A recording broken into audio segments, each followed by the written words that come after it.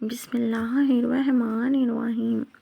حضرت علی رضی اللہ تعالیٰ عنہ فرمایا کرتے تھے، دنیا میں جو کچھ بوگے وہی کاٹو گے۔ انسان کے اعمال اس کا پیچھا ایسے کرتے ہیں جیسے سایہ انسان کا پیچھا کرتا ہے۔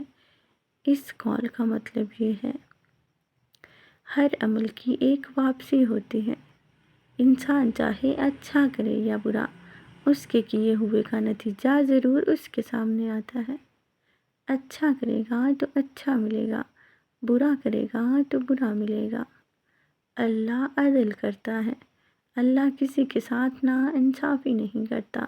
جو شخص لوگوں کے ساتھ ظلم کرتا ہے، کسی کا دل توڑتا ہے، حق مارتا ہے، وہ سمجھتا ہے کہ شاید وہ بچ جائے گا، مگر نہیں، وقت آتے ہی اس کے کیے ہوئے ظلم کا بوجھ اس کی زندگی میں لوٹ کر آتا ہے۔ مکافات عمل فوری نہیں مگر یقینی ہے، کبھی فوراً کبھی سالوں بعد، لیکن انسان اپنے کیے ہوئے سے بھاگ نہیں سکتا۔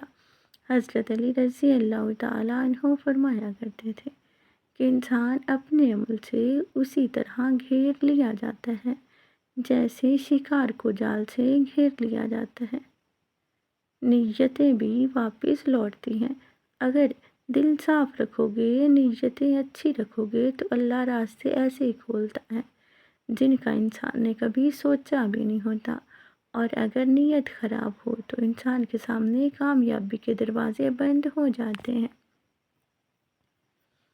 لوگوں کے ساتھ ویسا ہی سلوک کرو جیسا تم چاہتے ہو کہ تمہارے ساتھ ہو۔